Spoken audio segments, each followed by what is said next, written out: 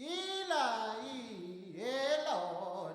Eli, I can't stand. John, Lord, darling, heard him groan. Eli, I can't stand. What price do you place on the head of another human being?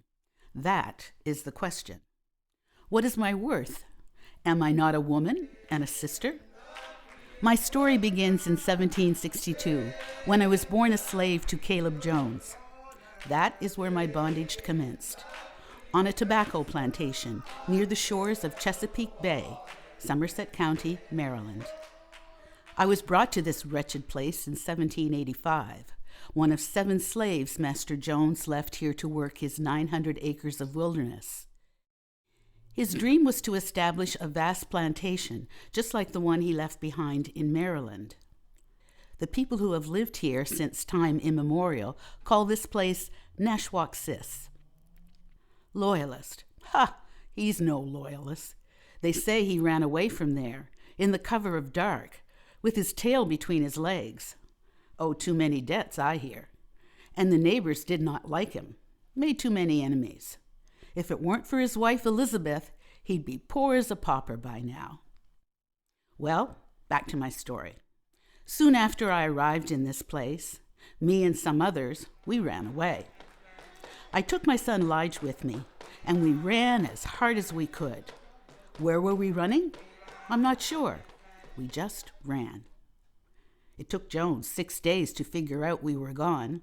4 days later, our names were printed in the Royal Gazette and New Brunswick Advertiser. There on page 3, right between the shipping news and property ads. Ran away from the subscriber living at the Nashwaaksis in the county of York between the 15th and 21st days of this instant July, the following bound slaves, viz. Isaac, about 30 years, born on Long Island near New York, had on when he went away a short blue coat, round hat and white trousers. Ben, about 35 years old, had on a Devonshire kersey jacket lined with Scotch plaid, corduroy breeches and round hat. Flora, a wench about 27 years old, much pitted with the smallpox. She had on a white cotton jacket and petticoat. Also Nancy, about 24 years old, who took with her a child about 4 years old, called Lige. The 4 last mentioned were born in Maryland and lately brought to this country.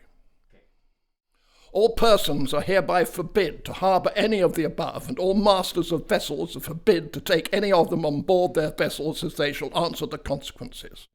A reward of 2 guineas will be paid for each of the men, and $6 for each woman, by Mr. Thomas Jennings, if taken and delivered to him at the city of St. John at York Point. Caleb Jones, 24th of June, 1786. So that was that. Being Lige, we were brought back to Jones, and here we've been ever since. For another 13 long, hard years, we worked for that man and his wife. But then there arrived a little ray of hope. Caleb Jones has a great deal of enemies here in Nashwaaksis. It seems that 2 abolitionist lawyers across the river in Fredericton took up my case. Ward Chipman and Samuel Denny Street are their names. Both are good lawyers, I'm told. Ward Chipman, he's a Harvard graduate. A volunteer for the right of human nature, so he says. Samuel Denny Street, he's a self-professed abolitionist, a regular gamecock, one who'll brook no slight from any man. They accepted my case pro bono, since I've not a farthing to my name. So it came to pass that on July 17, 1799, I was summoned here to court. Old Jones was ordered to bring me here, and he was none too happy about it either, I'll tell you that. The old fool stated his case boldly. His property, meaning me, as if I was a piece of furniture or cattle or something, had begun life as a slave for life, and so I would remain. During my trial, Ward Chipman skillfully pointed out that New Brunswick has never actually legalized slavery in this colony, and the laws of England do not recognize the rebel laws of Maryland. Property be damned. The war with the American colonies put an end to all of that, don't you think? The problem here is that too many Loyalists brought their ways from the southern colonies with them. They speak of the most gentlemanlike government on earth, but there are limits to their gentleman ways, I'll tell you that. Take Jones, for example. He calls himself a Loyalist, an esquire, a county magistrate, yet speaks in such a disloyal manner to the other magistrates. No wonder he's made so many enemies.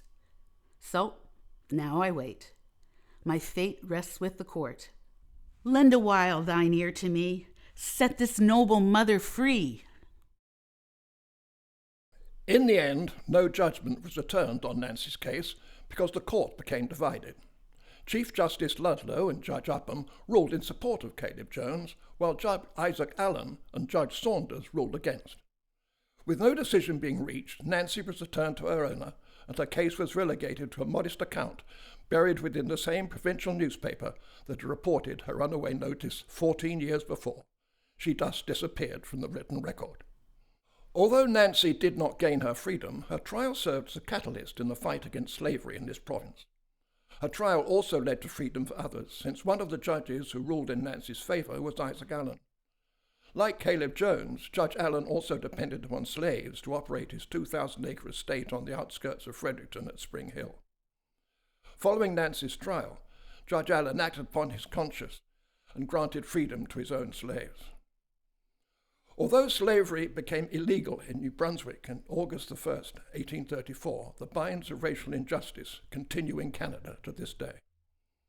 Although Nancy did not gain her freedom that day, she nevertheless secured a place in Canada's history for her courage and confidence to speak up, stand up, and bring about change.